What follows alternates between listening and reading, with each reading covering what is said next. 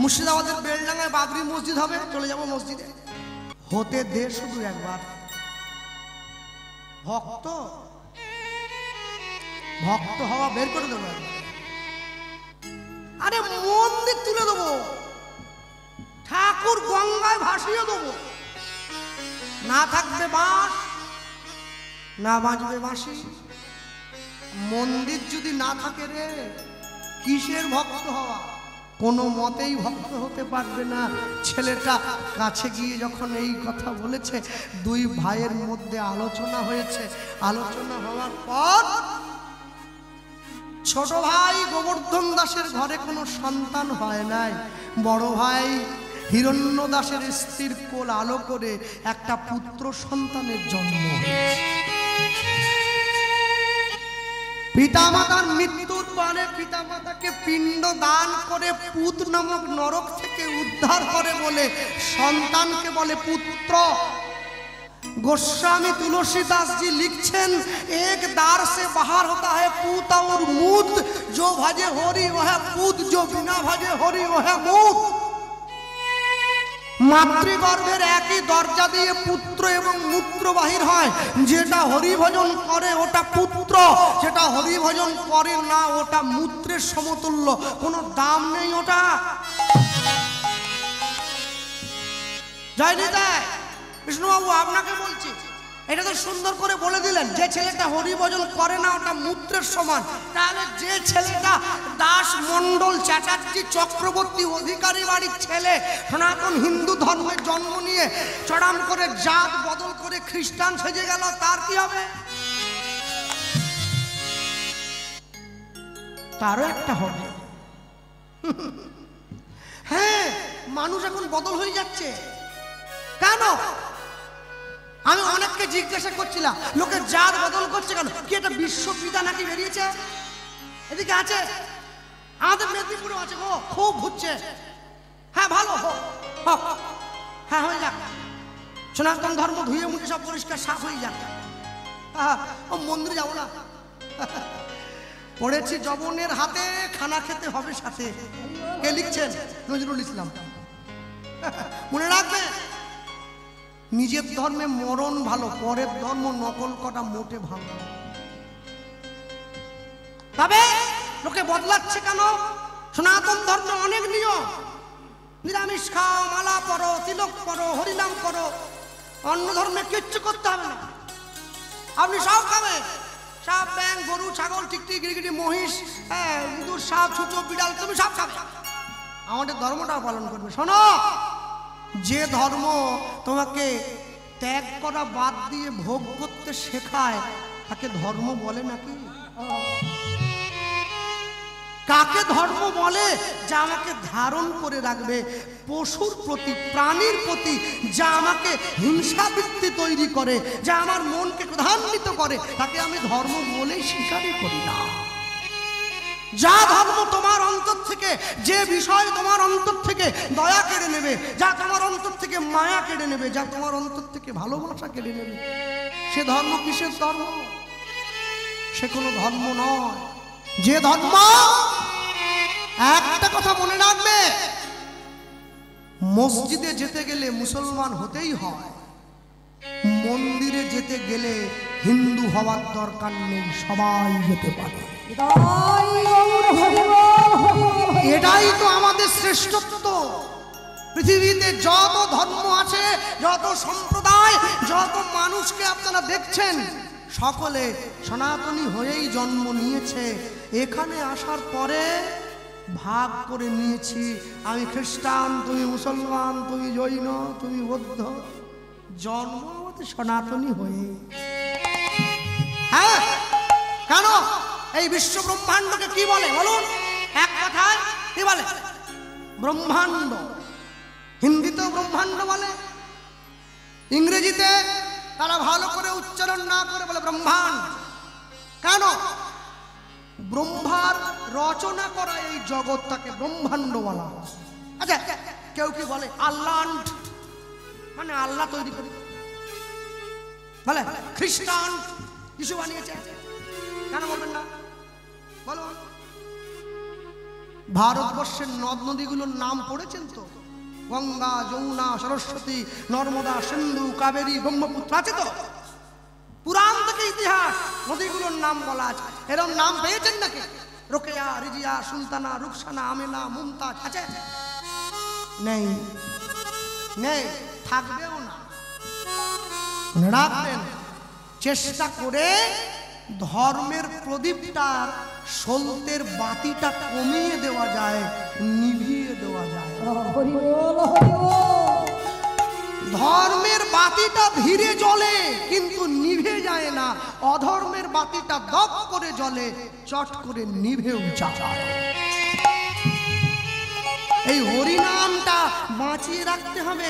হরিনাম বুঝি না তো, মানুষকে জানোয়ার বললে রেগে যাচ্ছে, সিংহ বললে খুশি হচ্ছে। আরে মানুষ রে, মানুষ জন্মদিন পালন করে মোমবাতি নিভিয়ে, মৃত্যুদিন পালন করে মোমবাতি জ্বালিয়ে। আহা, এ কেমন সমাজ! হ্যাঁ, মনে রাখবেন, দুধের দাম যদি 40 টাকা কিলো হয় না, দুধ সবার সামনে বসেই খাওয়া যায়। মদের দাম যদি 4 লক্ষ টাকাও হয়, ওটা জঙ্গলে গিয়ে খেতে হয়। এটা ভালোর সঙ্গে মন্দের তফাৎ। হ্যাঁ, কিছু কিছু অসভ্য বাঙালি আছে, আর বিয়ে করে নতুন বউ নিয়ে ইস্কন চলে গেছে ঘুরতে। বিকেলবেলা ইস্কনের বাইরে খিচুড়ি দেওয়া হয়। আমার গুরুবাড়িও নবদ্বীপ, নদীর এপারে প্রাচীন মায়া। হ্যাঁ, মাঝে মাঝে আমি ইস্কনে গেলে দেখি ওইখানে যে বাবাজি মহারাজ খিচুড়ি দিচ্ছেন, উনি তো ধরে রেখেছেন আগে হরে কৃষ্ণ বলো, ও আবার খিচুড়ি পাওয়ার লোভে নিজে হরে কৃষ্ণ। কি শয়তান! ভালোবেসে বলে না, গোবিন্দভোগ চালের খিচুড়ি, ফুলকপি আলু দেওয়া, ওইটা খাবার জন্য বলতেছে হরে কৃষ্ণ। বাবাজি বলে আগে বল তারপরে হাত বাড়া। বলে বাবাজি আগে হাত বাড়িয়ে পরে বললে হবে না। মানে ও ঠিক করেছে, একবার খিচুড়ি পেয়ে গেলে আর বলবে না। কি দম শয়তান করছে! মানুষের কালী পুজো বেশি করে, মনসা পুজো বেশি করে, নিতাই গৌরকে ডাকে না, কৃষ্ণ পুজো করে না। কেন? কালী পূজায় মদ খাওয়া যায়, কৃষ্ণ পুজোয় তো বেশি মদ খাওয়া যাবে না। কালী পুজো যদি কেউ বাধা দেয়, কেন মদ খাচ্ছ? বলে মায়ের প্রসাদ খাচ্ছি। কাটান দেওয়ার জায়গা আছে। শিব পুজো করে গাঁজা খায়। শিব গাঁজা খেয়েছিল? তুমি লোককে বললে শিব গাঁজা খেয়েছে, আমি খেয়েছি। তা শিব তো বিষও খেয়েছিল, খাও। শোনো, শিব কোনোদিন শ্মশানে থাকে না গো। এ ভুল বার্তা মানুষের মধ্যে প্রচার করো না। লোকে বলে শিব নাকি শ্মশানে আছে। না না না, শিব শ্মশানে নেই, শিবের মধ্যে শ্মশানটা আছে। শিবের অন্তরটা শ্মশানের মতো নির্মল। বেঁচে থাকতে থাকতে কেউ শ্মশানে যায় কি? মরে যাওয়ার পরে যায়। হিংসে নেই, রাগ নেই, মারামারি নেই। তুমিও মরা, আমিও মরা, আমাদের জায়গা শ্মশান। শিব বলে তোমার অন্তরটা যেদিন ওই শ্মশানের মতো অহংকার শূন্য হবে, তুমি আমায় পাবে, না হলে পাবে কি করে? এত সহজ। ভক্তমণ্ডলী মায়েরা, এই যে মায়েরা দাঁড়িয়ে আছে, নামাবলি দাঁড়ান, ছটফট করবেন না। ভিক্ষার কথা বললেই দেখি লোকেরা লুঙ্গি নিয়ে জায়গাটা রাখ, বাইর থেকে আসে, এইসবের দরকার নেই। বস, এরা কারো কাছ থেকে ছাড়িয়ে নেবে না। এ তো কালী পুজোর চাঁদা না, হরিনামের ভিক্ষা। মায়েরা যাচ্ছে এই হরিবাসরকে ধরে রাখবার জন্য, ভিক্ষা করার জন্য। হ্যাঁ, আপনারা যেমন ভাবে পারবেন মায়েদের ভিক্ষার ঝুলিতে আপনারা দান করবেন। মায়েরা সকলের সন্নিকটে যাবেন, যে যেমন পারবেন। কার কাছে কাছে কোনো জোর নেই, ভালোবাসার দান। তবে আমি এইটুকু বলবো, হরিনামটা বাঁচিয়ে রাখবেন। কেননা বিশেষ করে দক্ষিণ 24 পরগনার যে অবস্থা, আমি সেই পরিপ্রেক্ষিতে দাঁড়িয়ে বললাম, হরিনাম যদি বেঁচে না থাকে, সনাতনী হিন্দুরা কিন্তু এক হওয়ার জায়গা আর পাবে না, জায়গাটা নষ্ট হয়ে যাবে। তাই হরিনামটা বাঁচিয়ে রাখবেন। মায়েরা যাচ্ছে প্রত্যেকের কাছে, আপনারা যেমন ভাবে পারবেন ওনাদের ভিক্ষা পাত্রে আপনারা ভিক্ষা দেবেন। হ্যাঁ, মা চলে এসো, প্রথমে আমি শুরুটা করবো, এসো আমার কাছে এসো। আমার সব উল্টো জানেন, একাদশীর দিন খিদে বেশি নয় আমার, আমি বুঝি না। এমনি দিনে 3 বার খেলে হয়ে যাচ্ছে, ওদিন 4 বার খেতে হচ্ছে। ভাত, আলু ভাতে, ডাল। তা সেই আমি আমার আসরে গিয়ে লোককে বলি, আপনারা একাদশী করেছেন? আমি 4 বার ভাত খেয়েছি। ওটা বলি না, মানে বলছি। যা কমিটি আবার আমাকে বলে, দাদা এত ভালো করে খেটে খুটে গান গাইলেন, 50 টাকা কম নেবেন, নাহলে খবরদার ওইটা বলবেন নি। খেতে না দেন, টাকা কম দিবেন নি। আমার সব উল্টো, মেলাতে পারবেন না সব। যা ভক্ত তাতে লোকে আমার খারাপ বলে বলুক গে, ওতে কি? হ্যাঁ, পেটে খিদে মুখে লাজ দিকে কি হবে? টাকা দিয়ে দাও, আগে টাকা দিয়ে দাও। ভক্তমন্ডলী, ভক্তিমতী মায়ের 2 ভাই, বড় ভাইয়ের ঘরে সন্তান জন্ম হয়েছে। এবার শুভ দিনে শুভক্ষণে পুত্র জন্মিল। শুভ দিনে শুভক্ষণে পুত্র জন্মিল।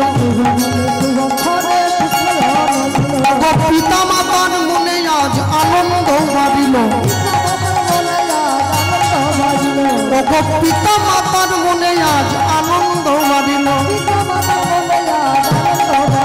সবাই বলে হরি হরি, বলে হরি হরি হরি। আজ উঠিল আনন্দের তরি, বলে হরি হরি। আজ প্রেমানন্দে হরি কহে, আজ প্রেমানন্দে হরি কহে, আজ প্রেমানন্দে হরি কহে, আজ প্রেমানন্দে হরি কহে, আজ প্রেমানন্দে হরি কহে, প্রেমানন্দে হরি কহে। আজ বলে হরি হরি। আজ পিতা মাতার মনে আজ আনন্দ বাড়ি। পিতা মাতার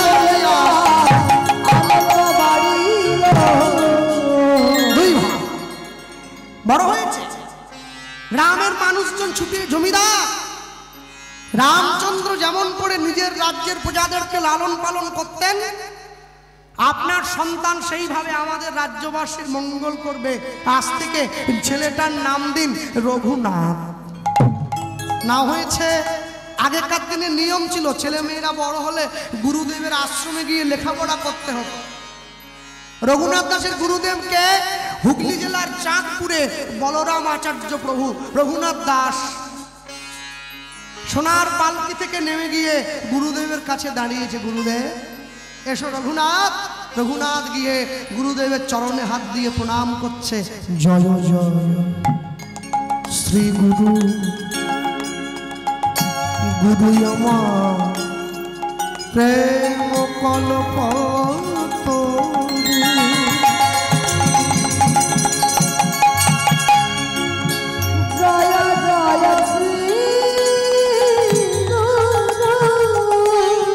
তাই ওর হরি হরি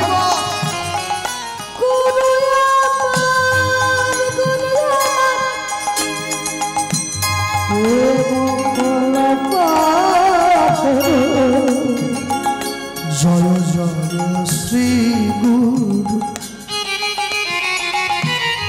গুরু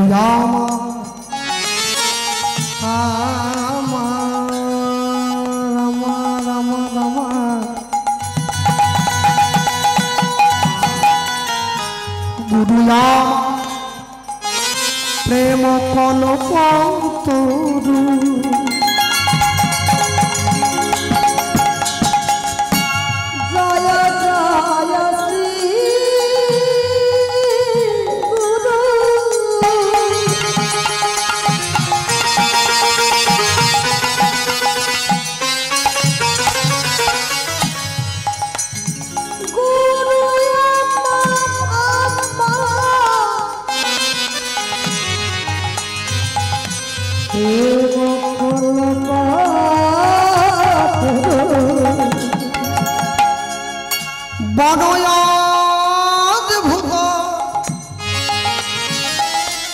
অদ্ভুত জাগ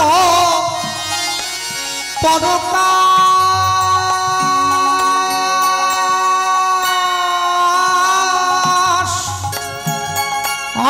অদ্ভুত জগ পরকার বড় অদ্ভুত জগ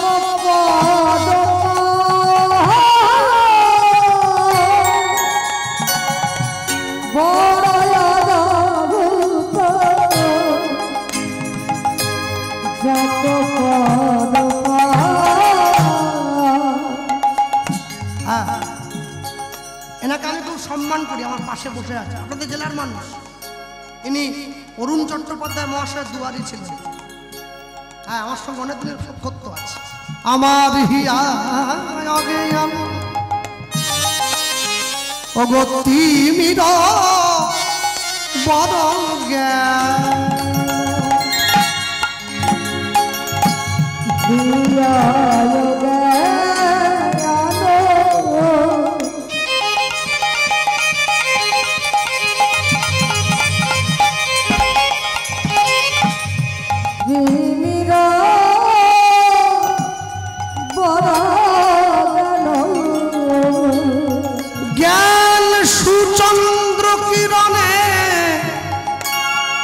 করুণা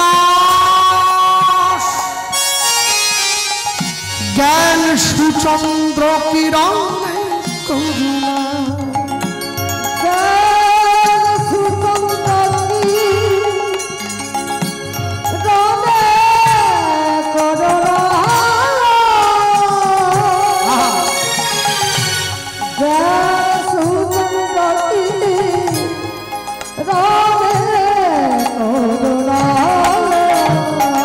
আমার অজ্ঞান আধার দূর করেছে,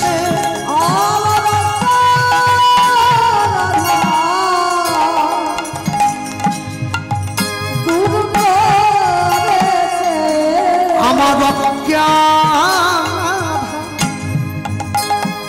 দূর করেছে,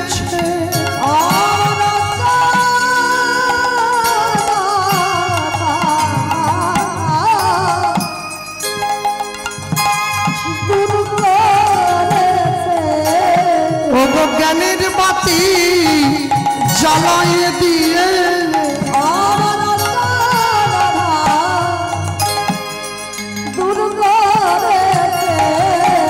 আমি নিলাম নিলাম স্মরণ নিলাম, আমার পরম দয়াল শ্রী গুরুদেবের চরণ তলে আমায় চরণ তলে আশ্রয় দিও, আমায় চরণ ছাড়া কোনো নাই ওহে, আমায় অন্তিম কালে ঠাঁই দিও হে তাই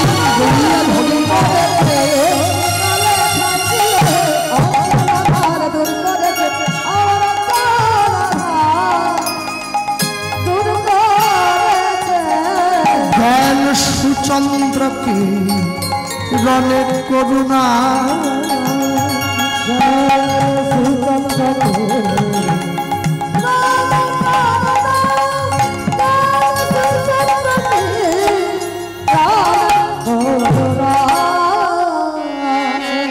গুরু ব্রহ্মা গুরু বিষ্ণু গুরুদেব মহেশ্বর परम ब्रह्म तस्मै श्री गुरवे नमः, तस्मै श्री गुरवे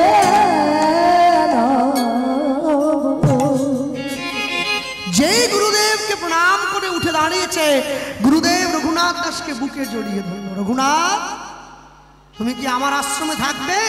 হ্যাঁ। শোনো রঘুনাথ, আমার আশ্রমে থাকলে কিন্তু এমনি এমনি থাকতে পারবে না বাবা, এখানে কাজ করতে হবে, ভগবানের নাম করতে হবে, আশ্রমের নিয়ম পালন করতে হবে। গুরুদেব, এটাই তো চেয়েছিলাম, এটাই তো চেয়েছি। ভাবছো বসে চলবে কিসে, তুমি ভাববার কে? তোমার ভাবনা যিনি ভাবছেন তুমি ভাবো তাকে। শোনো, আপনি কোনোদিন দুঃখে পড়েননি, আপনি দুঃখের মাঝে নিজেকে ডুবিয়ে দিয়েছেন। লোকে বলে এমন ভাবে নেশা করবে যেন নেশা তোমায় না ধরে, তুমি নেশাকে ধরবে। তাই জগতে এমন ভাবে চলবেন আপনি কোনোদিন সংসার যেন আপনাকে না ধরে, আপনি যেন সংসারটা ধরে রাখতে পারেন। তবেই তো জীবন, নাহলে জীবনের সার মর্ম বুঝবেন কি করে? ভক্তমণ্ডলী মায়েরা, সেই গুরুদেবের আশ্রমে রঘুনাথ দাস রয়েছে। একদিনকে সেই আশ্রমে যিনি এলেন তিনি কে? নামাচার্য ছিল ঠাকুর হরিদাস। হ্যাঁ, নাম বিজয়ী হরিদাস, কাম বিজয়ী হরিদাস। সেই হরিদাস এসেছেন ওই রঘুনাথ দাসের গুরুদেবের আশ্রমে, বল্লভাচার্যের আশ্রমে গুরুদেব এসেছে, হরিদাস ঠাকুর এসেছিলেন। আর এই যে এসে উঠেছেন সন্ধ্যাকালে সকল ছেলে মেয়েদের সঙ্গে নিয়ে হরিদাস ঠাকুর বসেছেন। আস্তে, যদি সাধু সঙ্গ করতে নাও পারেন অন্তত সাধুর আলোচনা করবেন, এতেও জীবনে মঙ্গল হয়। হ্যাঁ, যদি গীতা পড়তে নাও পারেন তবু গীতা সঙ্গে রাখবেন, এতেও মঙ্গল হয়। জীবনের ভালোটা বুঝে নিতে জানতে হয়। জীবনের ভালো বুঝতে না শিখলে শিখবেন কি করে? হরিদাস ঠাকুর সকল ছেলে মেয়েদের সঙ্গে নিয়ে বসেছেন, বসে বলছেন, শোনো, যাকে তোমরা রাধা বলো, যাকে তোমরা কৃষ্ণ বলো, আমার সেই রাধা কৃষ্ণ মিলেমিশে কলিকালের মাটিতে তো গৌর হয়ে এসেছে। রঘুনাথ দাস সামনে বসেছে। কি ফর্সা হলে কি দাম হবে? তাহলে তো মূলও ফর্সা। মূলর কত দাম? 10 টাকা আটি। আপেল কি ফর্সা? শুকিয়ে তোবড়ে গেছে, 300 টাকা। রঘুনাথ দাস সামনে বসেছে, হরিদাস ঠাকুরের নয়ন পানে তাকিয়ে আছে। বা মানুষটা তো বেশ, কত মিষ্টি করে কথা বলে। যাকে দেখিলে মুখে আসে কৃষ্ণ নাম, জানিবে সেই বৈষ্ণব, তাকে করিবে প্রণাম। তাকে দেখে যদি আপনার অন্তরে ভক্তি জন্মায়, তাহলে আমাকে দেখে জন্মাবে না। আমি তো সিজন ব্যবসা, সিজনের সময় মালা পরি, সিজন শেষ করে দিলাম, তখন পেঁয়াজ খাচ্ছি। এই যে গানে এসেছি তিলক করে নিলাম, পরে মুছে দেবো। আমি শুরুতেও আমার সব উল্টো, মেলাতে পারবেন না। এখন ধুতি, বাড়ি গেলে লুঙ্গি পরে নিলাম। জাত খেলা চলবে না, জাতে থাকতে হবে। হ্যাঁ, তাহলে পাড়ার লোকে খারাপ বলে, বলে গোপাল এখন ভক্ত হয়ে গেছে, এ বদনাম আমি নেব না। হ্যাঁ, আমার মা বলে, লোকে বলছে গোপালের মা এখন ভক্ত হয়েছে। আমি বলি বদনাম করলো না সুনাম? বলে বদনাম। গোপালের মা ভক্ত হয়েছে, পাড়ার লোকে বলছে কি বদনাম হয়ে গেছে। তাহলে কি করলে সুনাম হবে? বাবা মরে যাওয়ার পরে ছেলে মেয়েরা 11 দিন নিরামিষ খেলো, হব্বিষ করলো। 12 দিনের দিন সাদ্য করে 13 দিনের দিন বড় বড় রুই মাছের পেটি নিয়ে বসেছে। পাড়ার লোকে আবার নাম দিয়েছে নিয়ম ভঙ্গ। একদিন পর্যন্ত ভুল নিয়মে ছিল, আজকে মাছের মাথা খেয়ে বেটা ঠিক নিয়মে ফিরে আসতেছে। এসো, ফিরে এসো, যাতে থাকতে হবে। লুঙ্গি ছাড়লে চলবে না, লুঙ্গি আমি বলবো না। না, রাগ করবেন না, আপনাদের দিয়ে তো বলতে পারি না, তাই নিজেকে দিয়ে বলি। হ্যাঁ, মাঝে মাঝে ইচ্ছে হয় নিজের হাতটা নিজে কামড়াই, কি করবো বলুন? এত চেষ্টা করছি তবু তো আমি সোজা করতে পারছি না। হ্যাঁ, যাক, হয়তো সকলকে সোজা করতে করতে আমি চলে যাবো, তবু চেষ্টা ছাড়া চলবে। হ্যাঁ, হরিদাস ঠাকুর বসে সকলের সামনে বসে বলে উঠলো, এসেছে ব্রজের বাটা কালো সখা, আয় তোরা দেখবি যায়, দেখবি যায়। এই তো এসে গিয়েছে সবাই, তোদের এই সোনার নদিয়া। আগের মতো মাঝে মাঝে একটু গাটা গরম রাখতে হয় না। বাবা বাবা না তালি দাও। এসেছে এসেছে ব্রজের বাঁকা কালো সখা, আয় তোরা দেখবি যায় দেখবি যায় তোদের সোনা নদিয়া। হরি হরি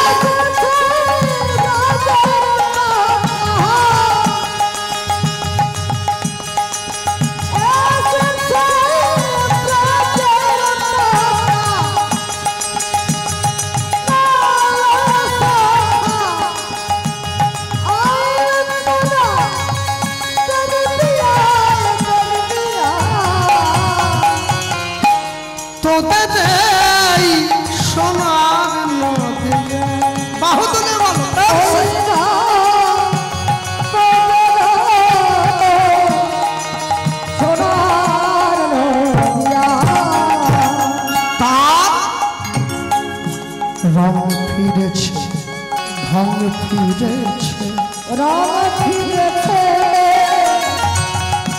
ঢং ফিরেছে কালো এখন চেনা দেয় বাহুদুলে হরি হরি মা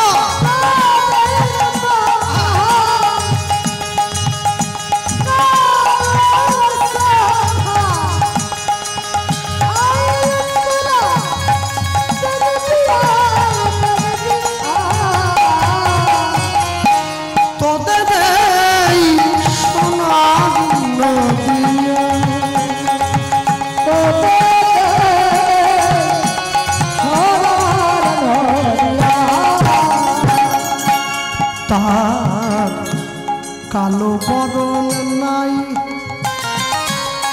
হজে রাই অঙ্গে অঙ্গ মেখে গৌর হল তাই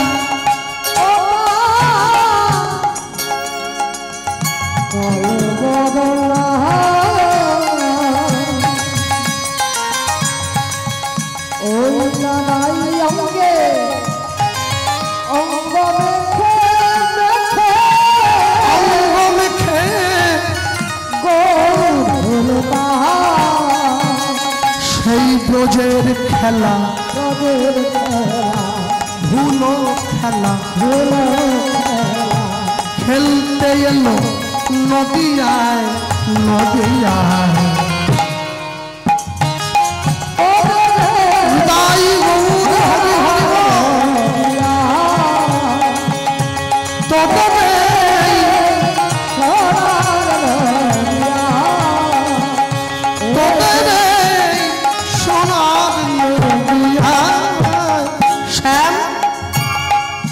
রাধা প্রেমে ঋণী হয়েছে ওই না হাতের বাঁশি কেড়ে সামনে বিদায় দিয়েছে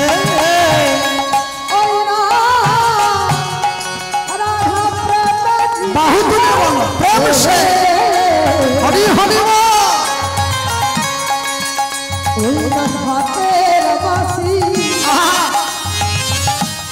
কেড়ে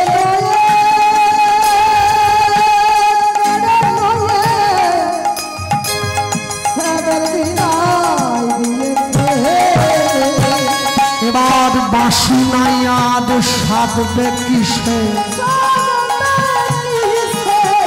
ওই না হাত তুলে তাই গুণ গায় প্রেম গায় তোদের সোনার নদিয়া হরি হরি বল হরি বল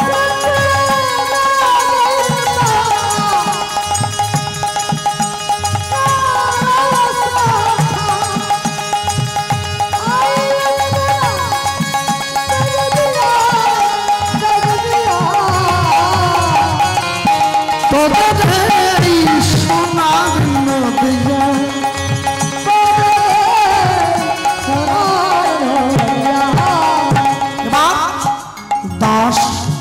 বিশ্বরূপে কয়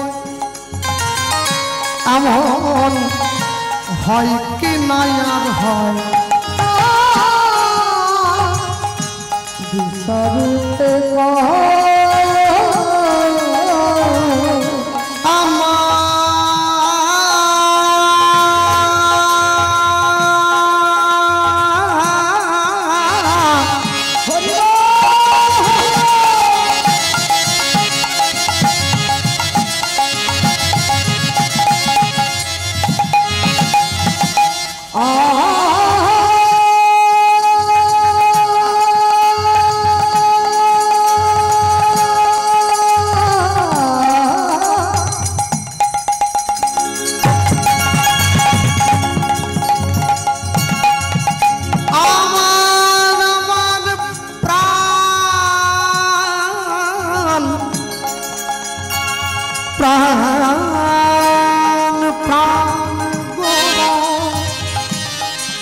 আমার প্রাণ গোড়া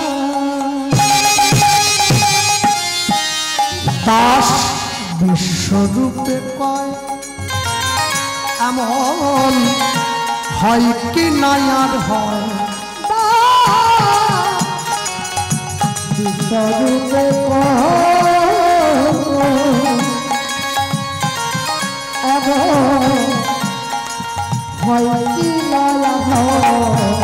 ওই না সময় বুঝে ওই চরণে সব সপে দিতে হয় ওই না সময় বুঝে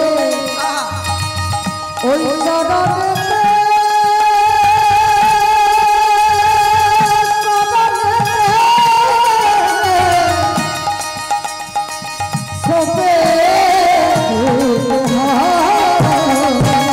রাধার প্রেমের নাগর রসের সাগর প্রেম বিলাতে নদিয়ায় এ ধরা তোদের সোনার নদিয়া উলুধ্বনি হবে হবে না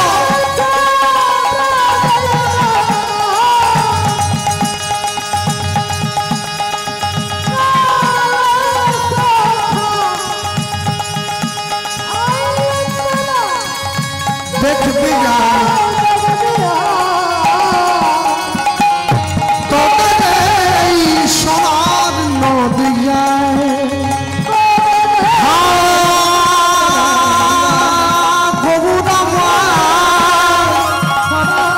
তুমি করুণা পাবো এই জগজনে কৃপা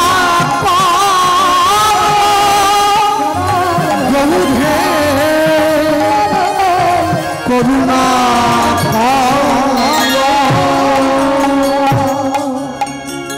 আমি তোমার হলাম আমি তোমার হলাম আমি তোমার হলাম আমি তোমার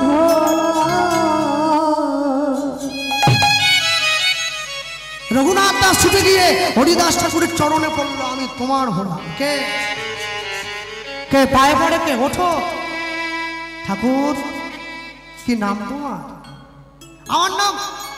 আমার নাম রঘুনাথ তোমার নামটা আমার নাম হরিদাস ও এই জগতে আমরা সকলে মায়ার দাস গাড়ি বাড়ির দাস টাকা পয়সার দাস তুমি কিনা হরিদাস বাহ ভালো লাগলো ঠাকুর এই যে তুমি যে গোটা গায়ে সব দাগগুলো দিয়েছো এগুলো কি বলে গো এ বাবা এই তুই এইটুকু ছেলে তোর এখন থেকে এইসব বলো না বলো না বলো না আমি তো কোনো খারাপ জিনিস জানতে চাইনি ভালোটা জানতে চেয়েছি হরিদাস ঠাকুর বলছেন মাতৃগর্ভের মধ্যে আমরা কেমন করে থাকি জানিস এই দেখ ওপরের দিকে পা দিয়ে নিচের দিকে মাথাটা দিয়ে ঠিক এইভাবে ছিলাম তো এই তিলক যখন দেই একে স্বরূপ বলে রে এখন এই তিলকটা সেবা করি না আমাকে মনে করায় এই মাতৃগর্ভের যন্ত্রণা যেন আমাকে সইতে আর না হয় ঠাকুর ঠাকুর আমায় একটু দেবে গো আমায় দেবে বাবা চাইলে ডাক্তার হওয়া যায়, চাইলে মাস্টার হওয়া যায়, চাইলে উকিল হওয়া যায়, চাইলে ব্যারিস্টার হওয়া যায়, চাইলে কি সাধু হওয়া যায়, চাইলে কি ভক্ত হওয়া যায়?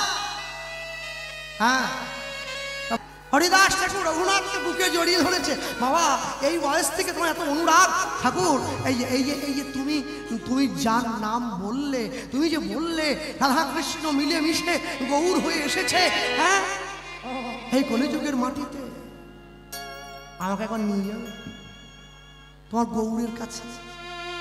আমি যাব, যে আমি যাব, উঠন্তি মূল পত্রে চেনা যায়, আমি যাব, আমি গৌরের কাছে যাব। বাবা আমি তোমাকে আশীর্বাদ করছি, আমি জানি না, আমি তো মুসলমানের ছেলে, আমার আশীর্বাদে তোমার কাজ হবে কিনা, কিন্তু আমি যদি একদিনের জন্য আমার গৌরকে ভালোবেসে থাকি, আমি হরিদাস তোমায় আশীর্বাদ করলাম, একদিন আমার গৌর ঠিক তোমায় কৃপা করবে। হ্যাঁ, হরিদাস কৃপা কইলা রঘুনাথের উপরে, সেই কৃপার কারণ হইল চৈতন্য চরণ পাইবার তরে,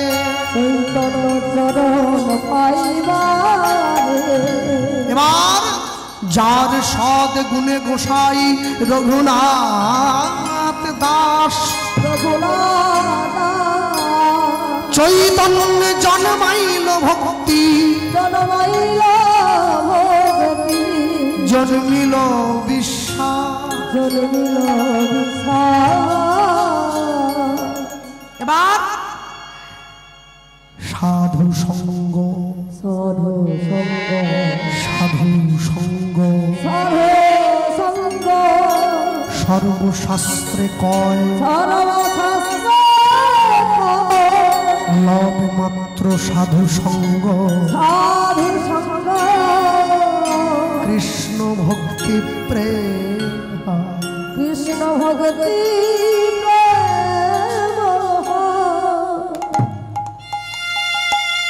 হরিদাস ঠাকুর রঘুনাথকে আশীর্বাদ করে ফিরে গেল, সঠিক জায়গায় সঠিক মাটিতে বীজটা পুঁতে দিয়েছেন হরিদাস ঠাকুর, সেই বীজ থেকে এবারে গাছ হচ্ছে। যায়নি তাই কৃষ্ণবাবুর কীর্তন শুনে ইউটিউবে গত সপ্তাহে নবদ্বীপে গিয়ে দীক্ষা নিয়ে এলাম, কিছুই হলো নি। সেই চায়ের দোকানে বসছি, সেই চপ খাচ্ছি, সেই ডিম ভাজা খাওয়ার পরে মনে পড়তেছে একাদশী। হায় হায়, এ কিরম হরি না, মাটি শুকনো হয়ে গেছে, বীজে কোনো কাজ হবে না, সময় থাকতে দিতে হবে।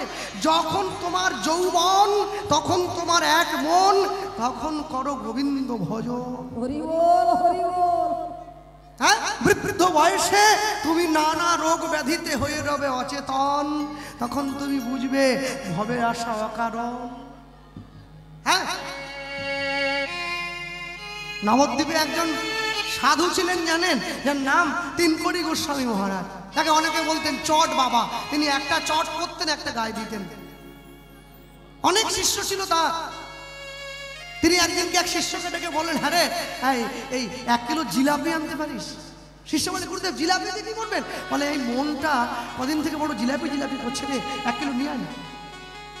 শিষ্য, গুরুদেব নিজে মুখে বলেছে, কোনোদিন বলে না, দিলেও খায় না, আজ নিজে মুখে বলেছে। শিষ্য একবারে ছুটে গিয়ে দোকানদারকে দিয়ে ভালো করে ভাজিয়ে, এই 1 কিলো জিলিপি দাও গো, আমার গুরুদেব বলেছে। একদম সরু সরু জিলিপি এনে গুরুদেবের সামনে দাঁড়িয়ে জিলিপির প্যাকেটটা হাতে নিয়ে শিষ্য একটা তুলসী নিয়ে, দাঁড়া তুলসী দিস না, তুলসী দিলে তো প্রসাদ হয়ে যাবে, ওটা ছেড়ে দে, এমনি প্যাকেটটা দে তো। এমনি দিয়ে দিয়েছে। গুরুদেব কি করছে জানেন? সকল শিষ্যরা দেখছে, একটা করে জিলিপি ঠোঙার থেকে বের করে মুখের সামনে ধরে জিভটাকে বের করে বলে, বড্ড লোভ না, কেউ খাই খাই, বড্ড লোভ, নিচে ফেলে দিচ্ছে, আবার বের করেছে, খুব লোভ জানিস, খুব খাই খাই সব তোরা, আবার ফেলে দিচ্ছে। 1 কিলো জিলেবি নিচে ফেলে দিলেন। শিষ্য এসে গুরুদেবের সামনে দাঁড়িয়ে বলছেন, গুরুদেব আপনি না খেতেন খেতেন আমাদের দিয়ে দিতেন। আশ্রমের এইসব তেল নুন ছাড়া তরকারি আমাদের কি কষ্ট। হ্যাঁ, একটু ভালো জিলেবি দেখেছিলাম, আপনি জীবের সামনে নিয়ে গেছে, কি করলেন? জীবকে বললেন খুব খাই খাই, খুব খাই খাই, উনিকে ফেলে দিলেন। গুরুদেব বলছেন, জীবটাকে একটু শাসন করলাম, খুব খাই খাই খাই খাই করে। হ্যাঁ, খুব খাই খাই খাই। আজ বলছে জিলেবি খাবো, কাল বলে চপ খাবো, পরশু বলে মদ খাবো, তারপর দিন বলে বিড়ি খাবো। বাহ, জিহার লালসে জীব ইতি উদ্ধায়, কৃষ্ণদর পরায়ণ কৃষ্ণ নাহি পায়। হরি বল, হরি বল। কুকুরের যখন খিদে পায়, কুকুর শ্মশানে গিয়ে ভাগাড়ে গিয়ে মরা হাড় নিয়ে চিবোয়, হাড়ের খোঁচা লেগে কুকুরের মুখ থেকে রক্ত বেরিয়ে যায়, নিজের রক্ত নিজে খায়, বলে হাড়ের থেকে ভালো স্বাদ পাচ্ছি। তো মানুষ হয়ে গেছি আমরা সেরকম। কুকুরের চা পাওয়ার সীমা আছে, আমার নেই, আমার নেই। 70 বছর বয়স হয়ে গেছে আমার,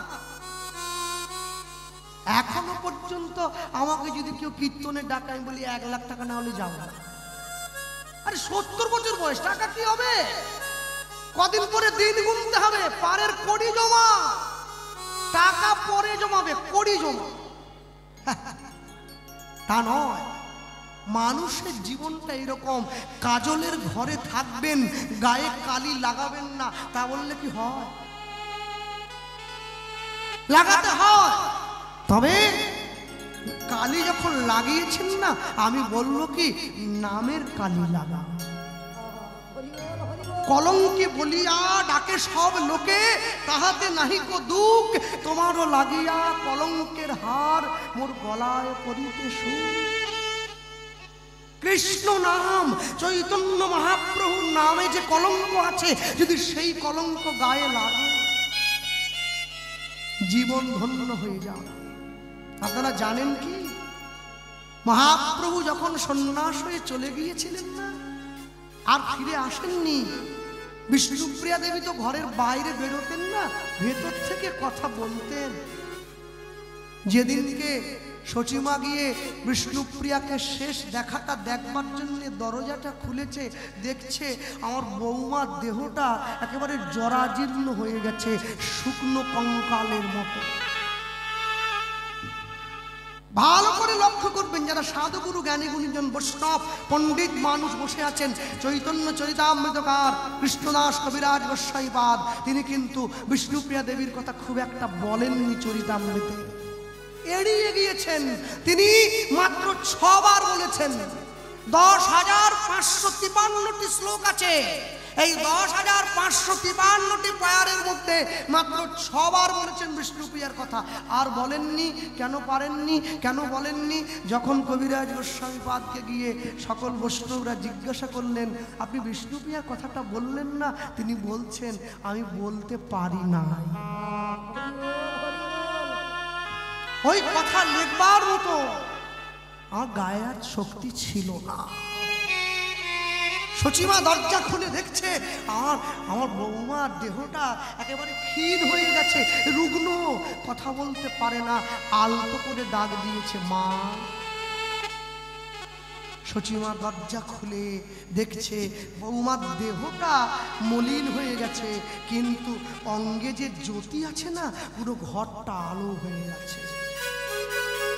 এটা গৌর ভজনের চিহ্ন, এটা ভগবানকে ভালোবাসার বহিঃপ্রকাশ। যে ঈশ্বর ভালোবাসে, তার মেকআপ লিপস্টিকের প্রয়োজন হয় না।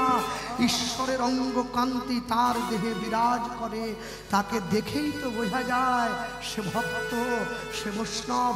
তখনই তাকে প্রণাম করতে হবে, না হলে করবেন কি করে? করবেন কি?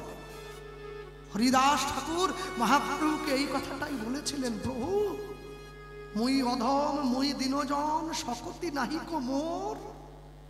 তুমি প্রিয়জন সকলার প্রিয়, কি গতি হইবে মো।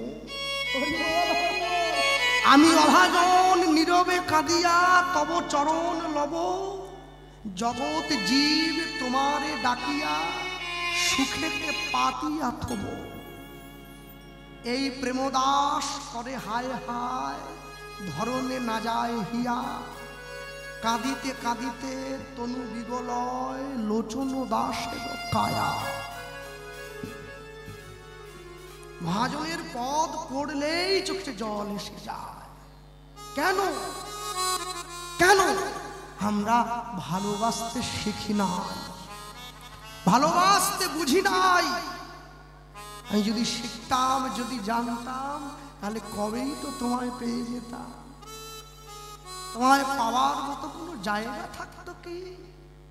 আমি সন্তানের দুঃখে কাঁদি, ছেলে মেয়ের দুঃখে কাঁদি, স্ত্রীর দুঃখে কাঁদি, সংসারের জন্য কাঁদি। হ্যাঁ বাবা, আমার 1 লাখ টাকা হারিয়ে গেছে, সেই দুঃখে কাঁদলাম। আমার জীবনটা যে হারিয়ে যাচ্ছে সে দুঃখে তো কাঁদিনি। আমার গোনা দিন যে ফুরিয়ে যাচ্ছে সে দুঃখে তো কাঁদিনি। আমি যে 1 পা 2 পা করে মৃত্যুর সামনে এগিয়ে যাচ্ছি, আমি তো সেই দুঃখে চোখের জল ফেলিনি। আমি তোমার নাম করব বলে এসেছিলাম, এখানে এসে দেওয়া কথা রাখতে পারিনি, আমি সেই দুঃখে তো কাঁদিনি।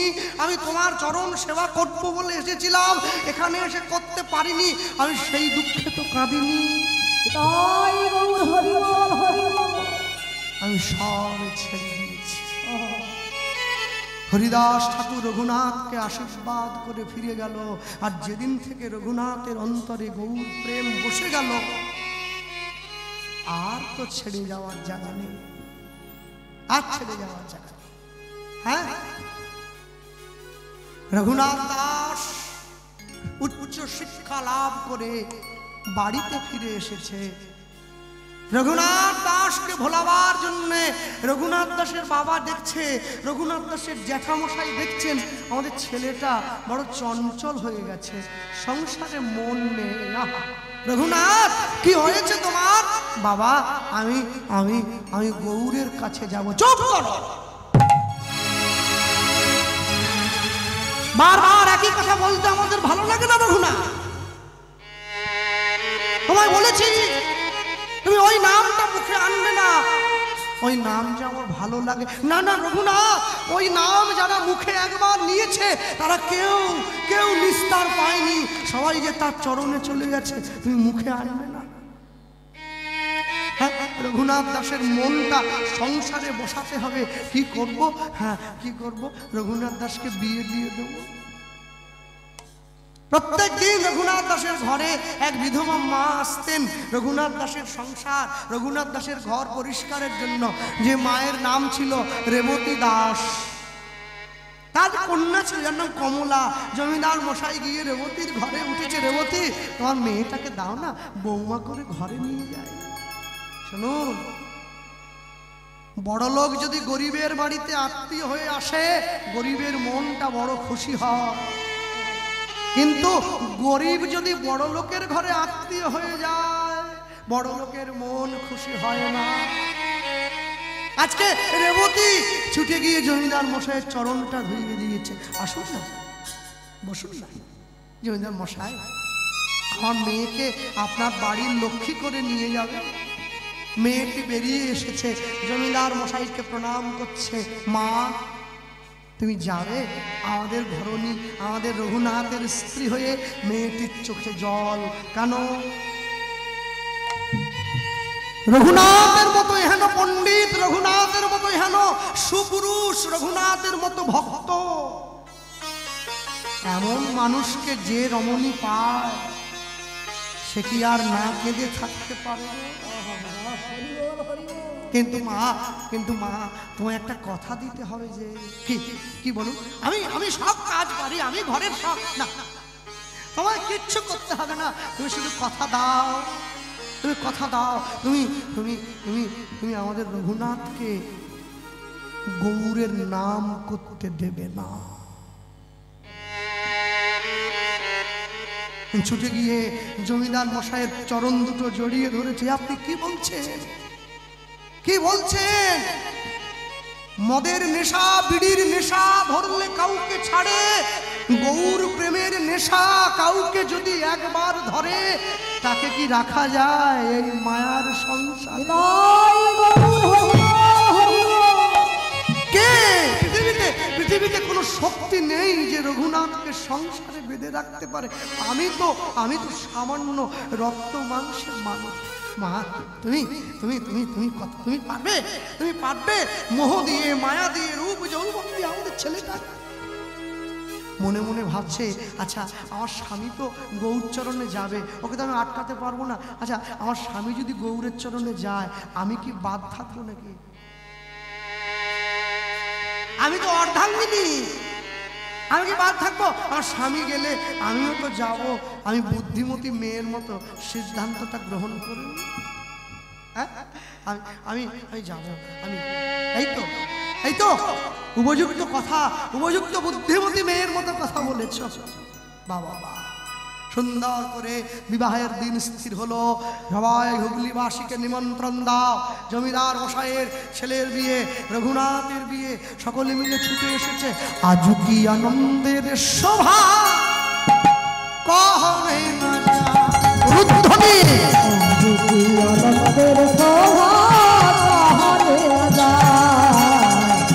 আজ কি আনন্দের শোভা কহনে না যায়, আজ কি আনন্দের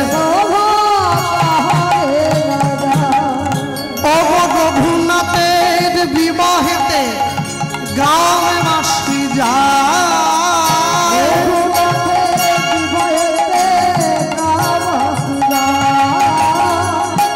আজ কি আনন্দের শোভা কহনে না যায়, আজ কি আনন্দের শোভা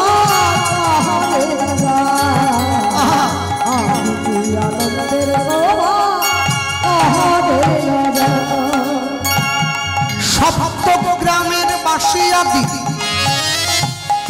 যত নরনারী,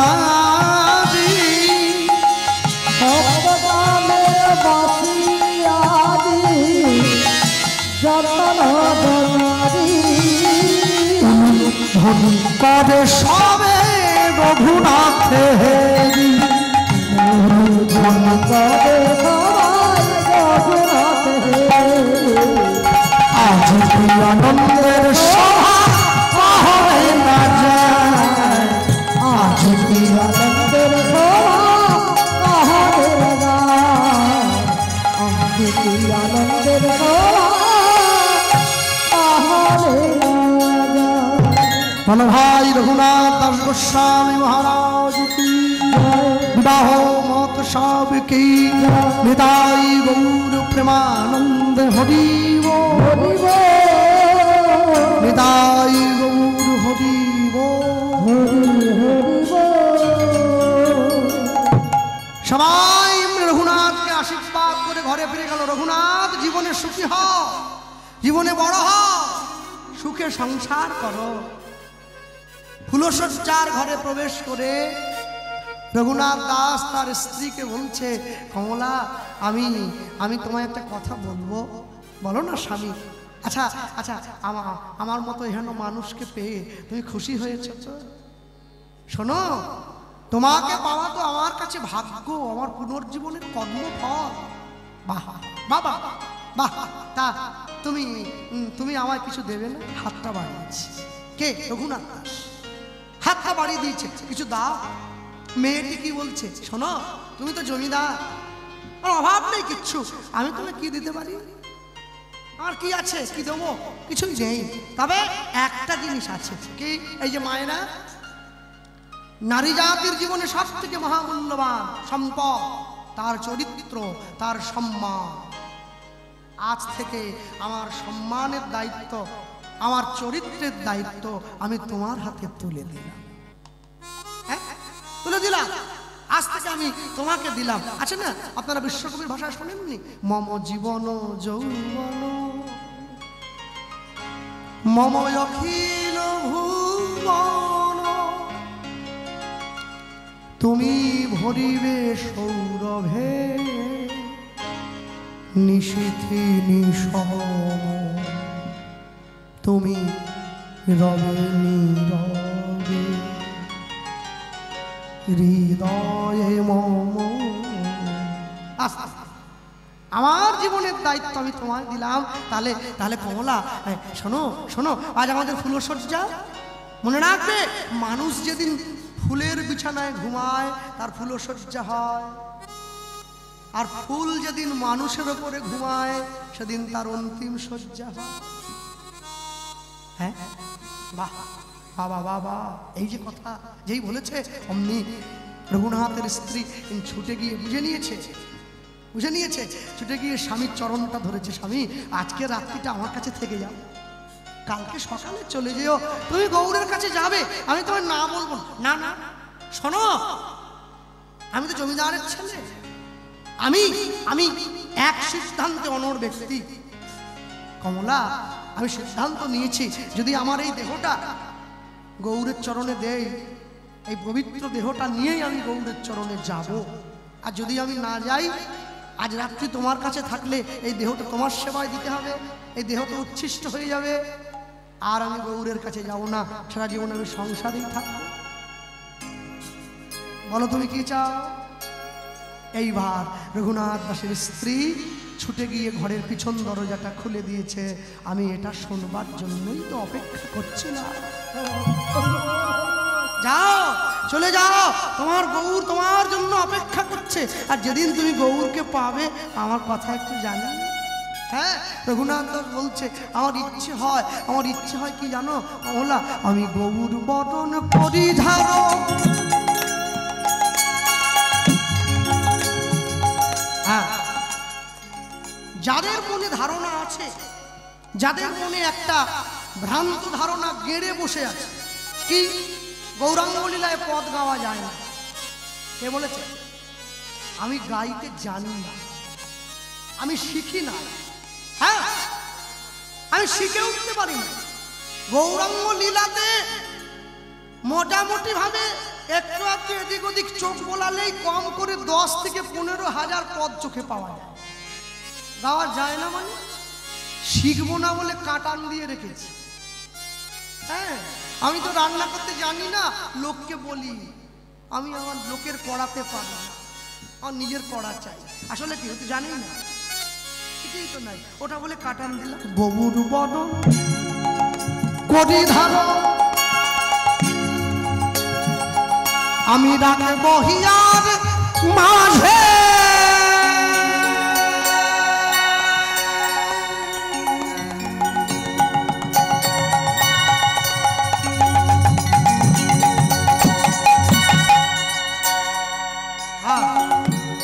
এই যে পদটা গাইছি, এই পদটা আমাকে যিনি সাজিয়ে দিয়েছেন সুন্দর করে, এই মানুষটা। আর যিনি সুরটা দেখিয়েছেন, এই মানুষটা।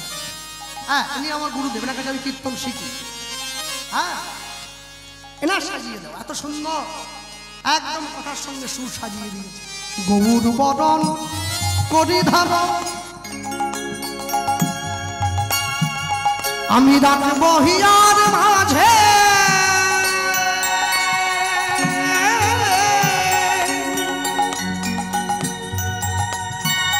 আমি গৌরাঙ্গের ভূষণ পরব, আমার যেখানে যা সাজে। উলুধ্বনি ওই না গৌর বরণ গৌরাঙ্গের ভূষণ পরব, যেখানে যেমন সাজে। আমি গৌরাঙ্গে ভূষণ পরব, আমার যেখানে যা সাজে। গৌরাঙ্গে ভূষণ পরব, আমার যেখানে যেমন সাজে। আমি গৌর বরণ গোরচনায় গোড়া গোড়া লিখব গায়। আস্তে আস্তে। সাতী নক্ষত্রে বৃষ্টি হলে সেই বৃষ্টির জল হাতির মাথায় পড়লে গজমতির জন্ম হয়, সেই বৃষ্টির জল সাপের মাথায় পড়লে মণি সৃষ্টি হয়, সেই বৃষ্টির জল বাঁশের মধ্যে পড়লে বংশলোচনের জন্ম হয়, সেই বৃষ্টির জল হরিণের নাভিতে পড়লে কস্তুরীর জন্ম হয়, সেই বৃষ্টির জল ঝিনুকের মধ্যে পড়লে মুক্ত সৃষ্টি হয়, সেই বৃষ্টির জল পদ্মের মধ্যে পড়লে পদ্ম মধুর জন্ম হয়, সেই বৃষ্টির জল গরুর শিঙে পড়লে গোরচনার জন্ম হয়। সেই গোরচনা দিয়ে লিখব গৌর বরণ গোরচনায়। আমি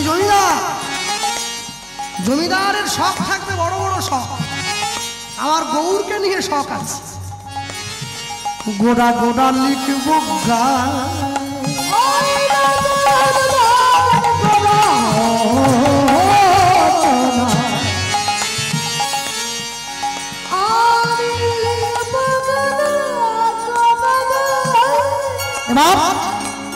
আমি গৌর বলে, আমি গৌর বলে ভেসে যাব, ভেসে যাব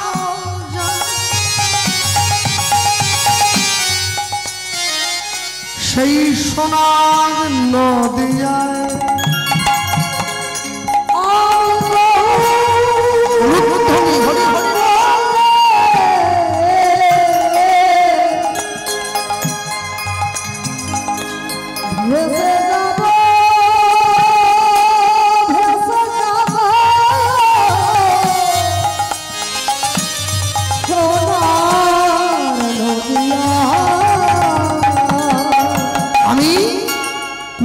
মূল উপাড়িয়া ভাসাইলাম গঙ্গার জলে,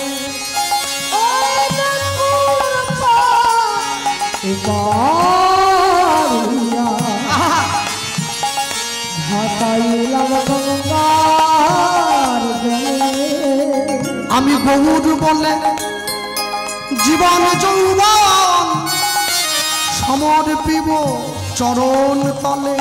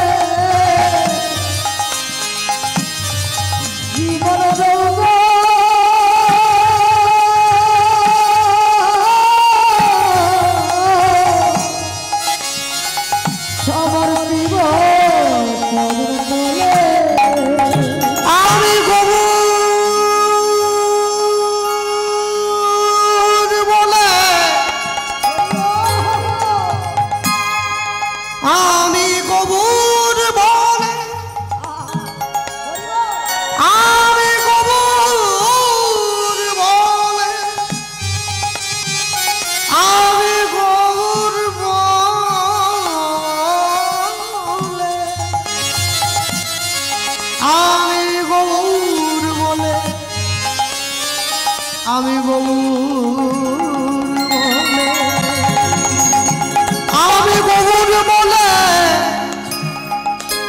নদী জীবন যৌবন ভাসাইব চরণ তলে। আমার আর কি আছে, আমি আর কি বা দেব,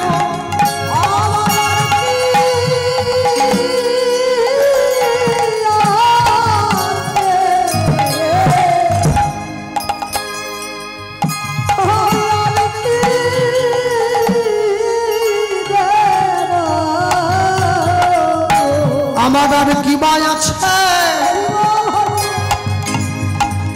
আর কি বা দেব,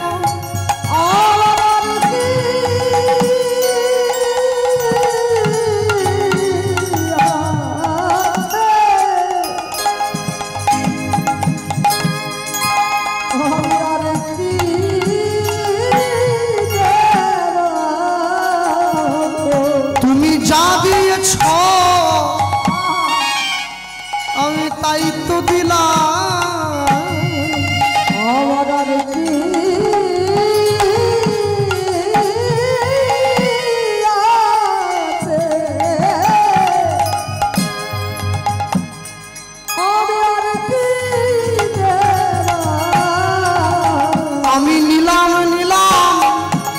সাধন নিলাম। আমি আরেকটি আছে আরেকটি দেবা ওই না গৌর তোমার হলাম বলে আমার আরেকটি আছে আরেকটি দেবা অভয় রেখো তোমার চরণ তলে। আমার আরেকটি আছে আরেকটি দেবা আমার তোমায় দেওয়ার মতো আর কিছু যে নাই। আমি নিলাম নিলাম সাধন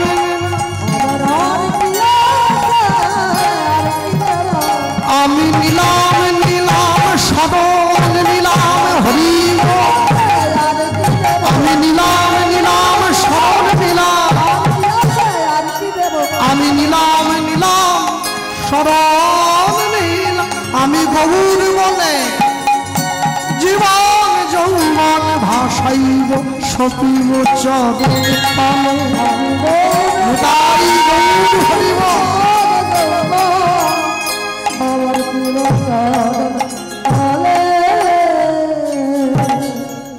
নিজের ঘর পরিত্যাগ করে বিবাহের বেশ ধারণ করেই রঘুনাথ দাস চলে গিয়েছে মহাপ্রভুর কাছে। মহাপ্রভু কোথায় আছে? শান্তিপুরে অদ্বৈত আচার্যের ঘরে। ছুটতে ছুটতে গিয়ে মহাপ্রভু চরণে পড়ল, কে? প্রভু, আমি রঘুনাথ, আমার কাছে নাও, আমার কাছে নাও।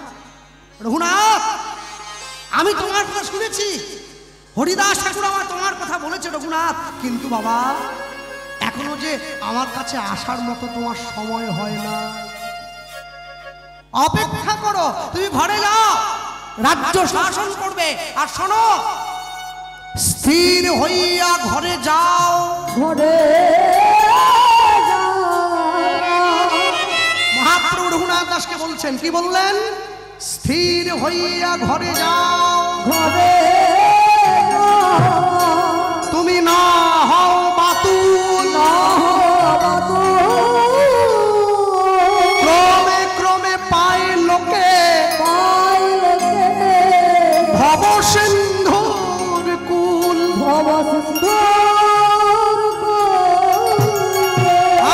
মরকট বৈরাগ্য না করিবে লোক দেখাইয়া,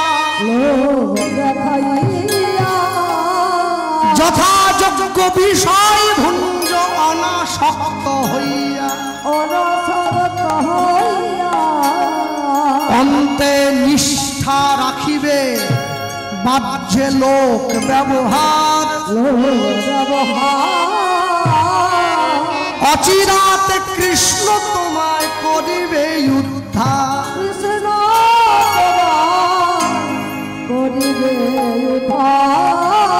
আর হাতে কাজ মুখে নাম সদাই করিবে, সদাই করিবে। তুমি না ডাকিলেও কৃষ্ণ, ডাকিলে কৃষ্ণ তোমারে ডাকিবে, তোমারে ডাকিবে। হাতে কাজ করবেন, মুখে নাম করবেন। রঘুনাথ দাস ঘরে ফিরে এসেছে, সংসার পরিচালনা করছে। আহা, এ আনন্দের তো ভাব হবে না? বাহ! রাজা যদি ঋষি হয় রাজর্ষি বলা হয়, যদি দেবতা ঋষি হয় দেবর্ষি বলা হয়, মহৎ যদি ঋষি হয় মহর্ষি বলা হয়। আজকে রঘুনাথ ঘরে ফিরে এসেছে, ঘরে ফিরে এসে সকলকে সঙ্গে নিয়ে একসঙ্গে করে বসে পড়েছে। কেন গো এমনি এমনি বসেছে? আমি যার লাগি পাগল হলাম, তারে পেলাম কই, তারে পেলাম কই, তারে পেলাম কই।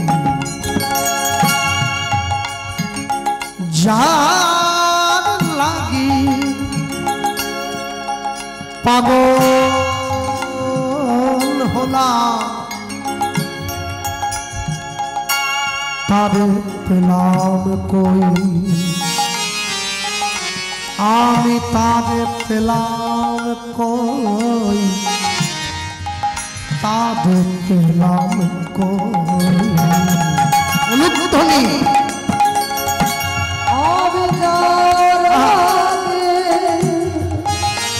এবার আমি তারে পেলাম না,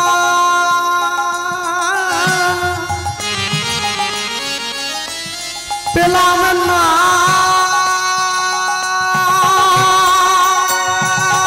না, না গো। আমি তারে পেলাম না, আমি তারে পেলাম না, আমি তারে পেলাম না।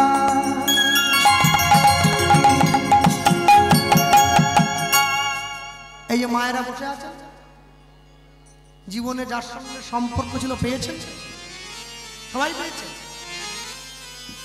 ভগবানের সঙ্গে সম্পর্ক রাখুন, তবে তো পাবেন। আমি তারে পেলাম না, অনুধ্বনি পেলাম না, আমি তারে পেলাম না, তারে পেলাম না, তারে পেলাম না, তারে পেলাম কই, তারে পেলাম কই, তারে পেলাম কই, তারে পেলাম কই। ব্রহ্মা পাগল, শিব পাগল, আর পাগল ইন্দ্র, যার লাগিয়া হলাম পাগল, সে যে আমার প্রাণ গৌরাঙ্গ। ব্রহ্মা পাগল, শিব পাগল, আর পাগল ইন্দ্র, যার লাগিয়া হলাম পাগল, সে যে আমার প্রাণ গৌরাঙ্গ। তারে পেলাম কই, তারে পেলাম কই, তারে পেলাম না,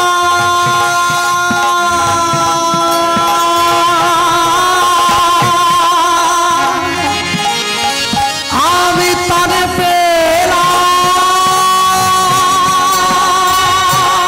না, আমি তারে পেলাম না,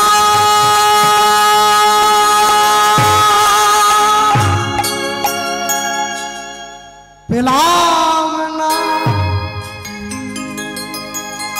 তারে পেলাম না। কদিন সহ্য করবে? একদিন, দুদিন, 3 দিন, 4 দিন, 5 দিন, 6 দিন। আরে ব্যাংকের ম্যানেজারের কাছে 15 বার ঘুরলে লোন পাওয়া যায়। ও 6 মাস ধরে কাঁদছে বিশ্ব ব্যাংকের ম্যানেজারের কাছে, ম্যানেজার লোন তোকে দিচ্ছি, আর থাকতে পারছি না। কত লোন লাগবে? টাকা মরে যায়, মরে যায়। ও কিস্তি আমি শোধ করব। কি গো মায়েরা কোথায়? গ্রামে একটা বন্ধন ব্যাংক নাকি আছে না, পাড়ায় পাড়ায় ঘরে লোন নিয়েছ, কিস্তি দিচ্ছ, বাহ। তাহলে গ্রুপে লোন করে টাকা শোধ করছো, ইহজগতে ব্যাংকে কিস্তি নিলে, লোন নিলে, টাকা শোধ করলে, যে পাঠালো সে যে লোন দিল সে টাকা শোধ করতে হবে না? চিন্তা ভাবনার মধ্যে থাকো, টাকা শোধ দিতে হবে তো। এত সুন্দর দেহটা দিয়েছে, হাত দুটো দিয়েছে, দুটো পা দিয়েছে, চোখটা দিয়েছে, সব লোনে চলছে, সব কিস্তি। একটা জায়গায় লোন শোধ করতে না পারলে পরের জীবনে মানুষ হবে, তাহলে হাতটা নেই, এটা খোঁড়া হয়ে গেছে। কেন? লোন শোধ করেনি তো, লোন বাকি আছে, লোন চলছে। শোধ করে দাও মা। মালিক বসে আছে। একটা সরকারের আওতায় থাকতে গেলে একটা কার্ড করতে হয়, যার নাম আধার কার্ড। তা গোটা বিশ্ব ব্রহ্মাণ্ডের সরকার যে, তার চরণে থাকতে গেলেও একটা কার্ড করতে হবে, এটা হরিনাম রূপী কার্ড। এই যে বাংলায় একটা কি শুরু হয়েছে এসআইআর নাকি, দুটো উপকার হচ্ছে বুঝলে। প্রথমটা কি, যে সমস্ত লোকেরা ভারতবর্ষের নাগরিক নয় কিন্তু ভারতবর্ষের সম্পত্তি ভোগ করছিল, তাদেরকে তল্পা গুটিয়ে চলে যেতে হবে, হয় বাংলাদেশ নাহলে পাকিস্তান, মানে যেখান থেকে এসছে। এটা প্রথম উপকার। আর দ্বিতীয় কি, 2002 সালের পরে যে সমস্ত শিক্ষিত আদর্শ চাকরিজীবী ছেলে মেয়েরা বুড়ো বাপ মাগুলোকে বৃদ্ধাশ্রমে রেখে এসেছিল, ওরা ডেলি ছুটছে, বাবা সই একটা দিতে হবে, নাহলে আমার কি হয় বাবা, এটা সই দাও, তুমি সই না দিলে আমি কি ব্যাগ গুছাবো? বাবা বলে সই দিতে পারি, আমার শর্ত আছে। বলে কি শর্ত? বলে তুই যে সম্পত্তি আমার কাছ থেকে লিখে নিয়ে বাড়ি থেকে বের করে দিলি খোকা, ওই সম্পত্তিটা আমার নামে ফিরিয়ে দিতে হবে। বাবা বুঝে নিয়েছে তো, সম্পত্তি থাকলে ছেলে বের করতে পারবে না।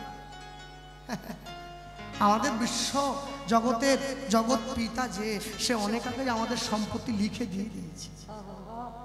কি আমাদের কি উচিত নয় একটু তার দেখাশোনার ভারটা নেওয়া?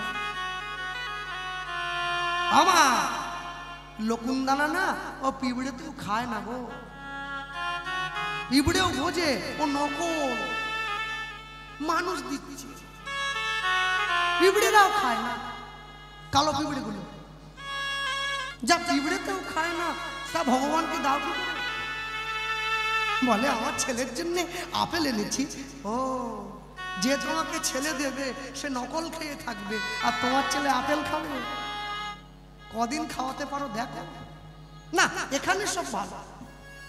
আমি মেদিনীপুর, আমার এদিকে আছে না, এদিকেও আছে, শেষ হয়ে গেছে, শেষ। যাক, ভগবানকে ভালোবাসো নিজের মতো করে। রঘুনাথ দাস ঘরে ফিরে এসছে, রাতের অন্ধকারে স্বপ্ন দিচ্ছে, কে? আমি নিতাই চাঁদ।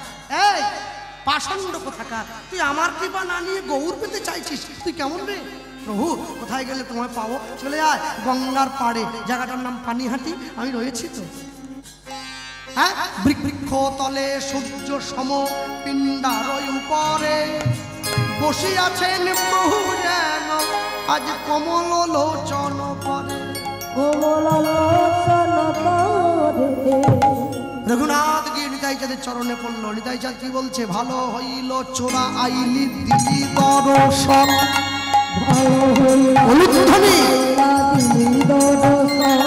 ওরে ভালো হইল চোরা আইলি দিলি দর্শন,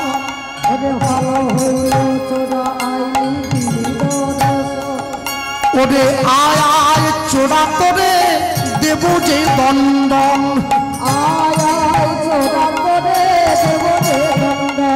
ওরে আয় আয় চোরা তোরে দেব যে দণ্ড।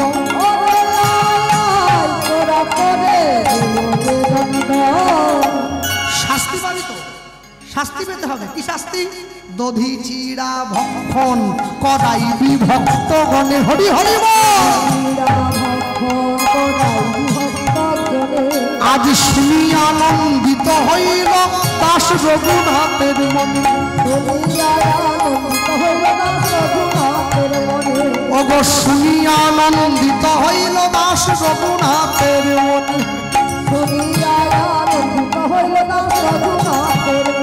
তার আনন্দ ধরে না, আনন্দ ধরে না।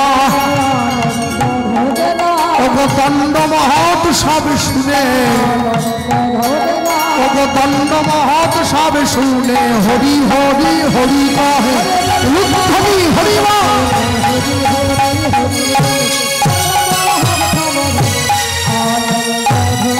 ওগো আনন্দ ধরে না, ওগো দধি চিড়া ভক্ষণ করাবি ভক্তগণে।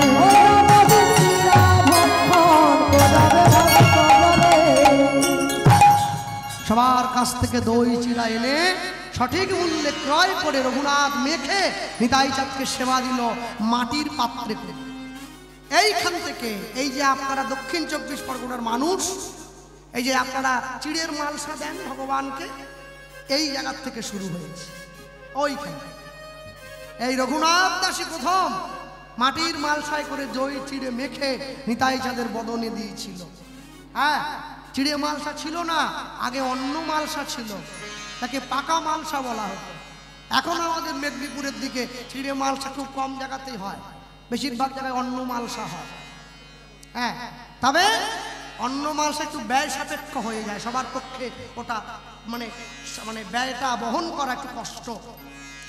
সব কিছু দিতে হয়, একদম তিতা থেকে একবারে পরমান্ন পর্যন্ত, অনেক খরচ। আজকেও চিড়ে মহোৎসব হচ্ছে, যে মায়েরা মাটির মালসা করে নিয়ে নিয়ে দুপুরবেলা আসছিল না, সবাইকে রঘুনাথ দাস সেবা দিল। সেবা দিয়ে সোজা ছুটতে ছুটতে কোথায় গিয়েছে? পুরীধাম। মহাপ্রভু রয়েছে পুরীধামে। হ্যাঁ, পুরীধামে গিয়ে রঘুনাথ দাস মহাপ্রভুর চরণে পড়ল, প্রভু আমি এসেছি, আমি এলাম। আর যেই গিয়ে দাঁড়িয়েছে, রঘুনাথ দাসকে সুস্থ করছে কে? স্বরূপ দামোদর। সঙ্গীতে গন্ধর্ব সম, শাস্ত্রে বৃহস্পতি, স্বরূপ দামোদর সম নাই মহামতি। স্বরূপ দামোদর রঘুনাথকে মহাপ্রভুর প্রসাদে নিয়ে সুস্থ করলো। রঘুনাথ দাস চিন্তা করছে, আমি শুধু কি খেতে আর ঘুমোতে এসেছি? হ্যাঁ, খেতে ঘুমোতে এসেছি? তা তো করবো না। আমি কি দাঁড়াবো জগন্নাথ মন্দিরের প্রধান দরজার সামনে, ভিক্ষার ঝুলি নিয়ে দাঁড়িয়ে পড়েছে, ভিক্ষার ঝুলি নিয়ে। আর দাঁড়িয়ে কি করছে? ওইখানে অবতারের সাপ, গোড়ায় অবতার, মন কেন না চিনিলি তারে, ওই নয় অবতারের সাপ, গোড়ায় অবতার, আহা ওই না কেন না চিনি তারে, মন অবতারের সাপ, ওরে গোড়ায় অবতার, কেন না মন কেন না চিনিলি তারে, ওই নয় অবতারের সাপ, গোড়ায় অবতার। এটা দিচ্ছেন, জলের ব্যবস্থা রাখতে হবে কিন্তু, কারো পায়ে যেন না পড়ে প্রসাদ, সাবধান। একটা বালতিতে করে জল নিয়ে কাছে কাছে যাবে না হাত ধোয়ার জন্য, প্রসাদ পেয়ে চটে মুছে নেবে, আর লোক জুতো করে সেই চটের উপর দিয়ে হেঁটে চলে যাবে। হ্যাঁ, ওরে কেন না চিনিলি তারে, ওই নয় অবতারের সাপ, গোড়ায় অবতার, বাবা মন কেন না চিনি পারে, পুরীর বাস গেল না পিয়াস, ওই নরিবা গেল না পিয়া, আপন পরম ফেরে উদ্ধনি হরি হরি বল, আপন পরম ফেরে, কণ্টকের তরু সদাই সেবিলি, ওই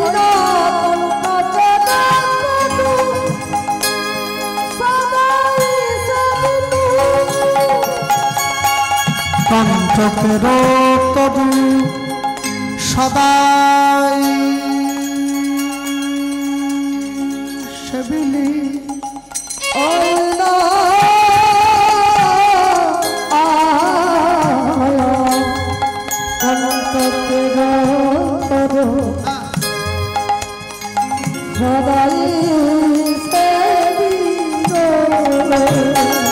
অমৃত পাইবার আসে, ওই না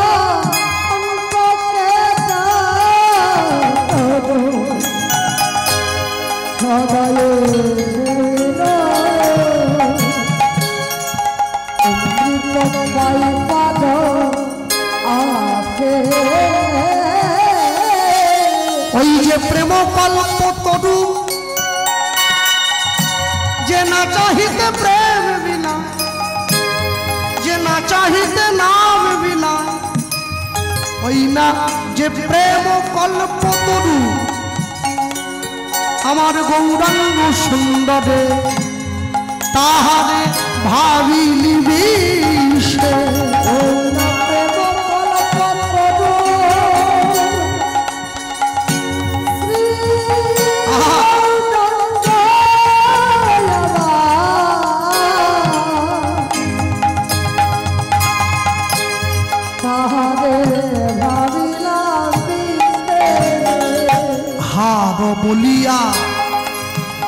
গলাতে পড়িনি স্বর্ণ কিঙ্কর সাপ।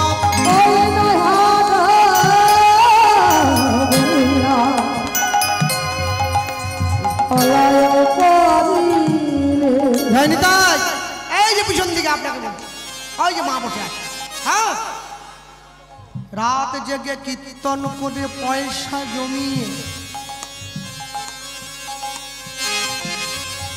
তারারহাট বাজারে গিয়ে স্যাকরার দোকানে সোনার হার কিনলাম করব, কিন্তু নিজের পয়সার কেনা হার পরে বাজারে বেরোতে ভয় হয়। যদি কোনো অপরাধীর হাতে পড়ে